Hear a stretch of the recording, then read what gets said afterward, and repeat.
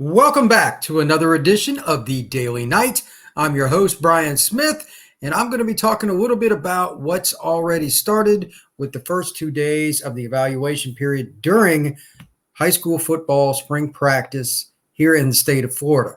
I've only been to two places. Of course, it's only been 2 days, and the following I can tell you. There is no shortage of talent in the greater Lakeland or Tampa areas from talking to coaches that are both on the road and that are coming by the high schools, as well as talking to the high school coaches about some of the younger players. And then, of course, there are some studs that everybody knows about. They're going to be seniors. So with that, a couple of quick notes. Number one, I stopped by Lakeland High School on Monday. And then today I just got back from Wharton High School a couple hours ago and going over some notes and whatnot. There are a few things to say in regards to all of that. Doesn't matter which grade, both of these schools have good players coming up. Lakeland is probably more loaded, but that's not any news flash. They always have a ton of talent. Tyler Williams is as good as it gets in terms of upside in the state of Florida and, quite frankly, in the country. He's the wide receiver for the Dreadnoughts, and he's only played receiver for 8 months because he was a quarterback prior to that. They threw him into the fire and tried him out at receiver last year, and he went out and scored like 3 touchdowns in a game, and the rest is history. He's got over 40 offers since then. Now, Wharton High School, that's a program that doesn't normally have a ton of kids, but they've got some, and now they've got some momentum. They've got Booker Pickett that's only going to be a junior. He's got a really good defensive end, edge rusher. They've got Dede, Dejon Johnson, cornerback that's already committed to Ohio State, but everybody's still recruiting him. Come back to that in a second. But the kid that I really like, and I was watching some of his film a little while ago, that I just watched him run around, is Arquise Parks. He's going to be a class 24 kid as well. Played mostly running back last year for Wharton, and he was working out at receiver today, and he kind of fancies himself in that position long term. Watching him catch the ball away from his body, make reactions to the defensive players around him immediately after securing the football, I don't see any reason that he can't do that. 5'11", 6 foot, 180 pounds, can really, really run. He beat Dede on one play in the practice on a deep ball. But it's just sheer athleticism. He could play a lot of positions. They'll figure it out for him at some point, meaning the coaches at Wharton. And then at the college level, I have no idea where he's going to go. But he is a kid that is really, really good. Back to Lakeland, though, real quick. Overall, there's a couple of kids that UCF is recruiting besides Tyler. A couple of the defensive linemen. Hibbert could be a kid I wouldn't be surprised they recruited. Milford is another kid that they could recruit. I think both of those guys are kind of worthy of note because you can just never have enough defensive linemen. They're both stout, shorter guys. Do you want to go that route? Some guys are really picky about taking guys unless they're at least a certain height. I'm not as big on that as some other teams. Can you play? That's just my sentiment. They've got a kid named Jones who comes off the edge. He used to be a linebacker. I like him a lot. He could be a guy potentially for UCF or another program, Florida State, etc.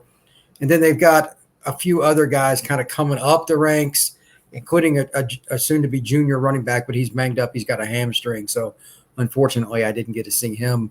But his name's Rucker, and he can really play. Now, as far as UCF goes, they're recruiting the Lakeland/Polk County area very heavily. That's one of the main reasons I went over there. And, of course, that program is just tradition-rich. Coach Castle's one of my favorite coaches to study. I like watching how he runs practice. I come over to Wharton today. I didn't even know who the head coach was. I spoke with the recruiting coordinator for their program earlier in the day. He said, come on out to practice. And it's a certain man that happened to play wide receiver at Southern Cal after being from Tampa, Mike Williams, and being a first-round draft pick of the Lions. And, man, was he ever into it. Again, he's trying to build a program. And when you're in a situation where it's not necessarily a tradition-rich program, having a kid like Dejon Johnson at corner kind of helps. But then you get a kid like Parks coming up. You got Booker Pickett coming up. And you've got a few other line. That's a pretty good-sized lineman. Good for them. That's how you build a program. With that, today they had Boston College was there, Florida State was there, Alabama was there, UCF was there as far as coaches on the road. And there's really no reason to believe they want to have that kind of circuit every day. I know UCF was really wanted Deshaun Johnson, but, so did 30 other schools. He had gone to the UCF Florida game, the bowl game even, and he'd been over to campus, etc. But Ohio State's a big draw. I get it. They've got like 4 kids committed out of the state of Florida already. It's pretty impressive. Will UCF be able to flip him or anybody? I don't necessarily think so, but you got to keep recruiting him. And that leads into this. UCF knows they're not going to get everybody on the first try. Either is Alabama. You have to look at it like this. Even if we don't get him, there's still a chance that he could flip. And even if he signs with school X, whatever it is, there's a chance that he could come back to Florida. UCF is building relationships not only with the head coach at a program, but their assistant coaches. The guy that was there, Coach Blackman's talking to all the coaches, being nice, and just doing his job. Those things matter. And when you're a likable guy, and Blackman's a super, super human being, when you're a likable guy like that, it's going to pay dividends down the road, not just with the high school kids. It could be a junior college player. It could be a transfer. It could be a walk-on. It could be a guy that's looking to go into the college ranks and be a GA. They're going to want to be around guys that they trust, that they enjoy to be around, and that they know. Good for him. Good for UCF for acting in that manner. The other point about this is they're getting their foot in the door for a kid like Parks, who, again, I mean, I could put his film up here on the screen, but it doesn't even do justice. He's even faster now than what the high school film is. It's not even worth my time. He can really, really run. This is a kid I think is probably going to blow up. He's got some offers now, but, I mean, he's going to be a 25-plus offer kid. And I think he's also a kid that can play multiple spots, running back, flanker, corner, whatever. If he fancies himself as a receiver, though, it'll probably disappoint most of the coaches to hear, no, I don't want to play corner, because that's what everybody wants kids to do. Hardly any of them want to do it. He just has that kind of foot speed that you look for to get the ball in his hands at the high school level. They'll do anything, screens, bubbles, jet sweeps, whatever. They'll get him the ball. But they also have the ability to help him learn by doing that. And Coach Williams played at the NFL level. He's going to be able to teach him routes and stuff and concepts, where the free safety is going to be, et cetera. So like to see UCF recruiting this kid. I would expect them to offer along with a whole bunch of other schools very soon. And that's why it's really important to point out that they were there. Tomorrow, I'm going to try and get by Venice. That's the tentative plan. Haven't set that up yet. I don't know what their schedule is, so I may or may not be able to. But I've got some other plans in case that doesn't work out. Here's the thing that I kind of want to talk about between like what's going on now until early June when they have camps. They have guys on the road. You get so many days as an assistant, keyword assistant, that you can go out on the road in the spring. I don't think the head coaches can go. It's changed on and off over the years what the head coaches can do. But anyway, assistants get more time on the road. And it's really important that within your territory, whether it's Tampa, whether it's Fort Lauderdale, whether it's Atlanta, et cetera, that you build those relationships. And UCF has done that. And they also know that it's not going great in the state of Alabama. They're just having a hard time breaking through that seal. All the kids pretty much want to go to Georgia, Alabama, LSU, or Auburn. They just do. So they've concentrated more on Georgia. Georgia gets most of the key kids in that state, but Georgia Tech is terrible. And quite frankly, you could only take so many. There's about 50 kids a year, conservatively, they could play at UCF that are from Georgia in one cycle. Not an exaggeration. That's a conservative number. So with that being said, UCF's kind of hitting that area, and their coaches have a lot of relationships there too, just like I was talking about with Lakeland, Wharton. I'm sure that Tampa Bay Tech and Berkeley Prep and several other schools here in the greater Tampa area where I live that are loaded, they're going to go hit them. Now, who can you get to come that you really want while keeping some other guys kind of in the mix that may not be your A-list? That's always the game for every school. So between now and June 1st, when you get guys to camp, you got to figure out who's who. There's going to be a new guy.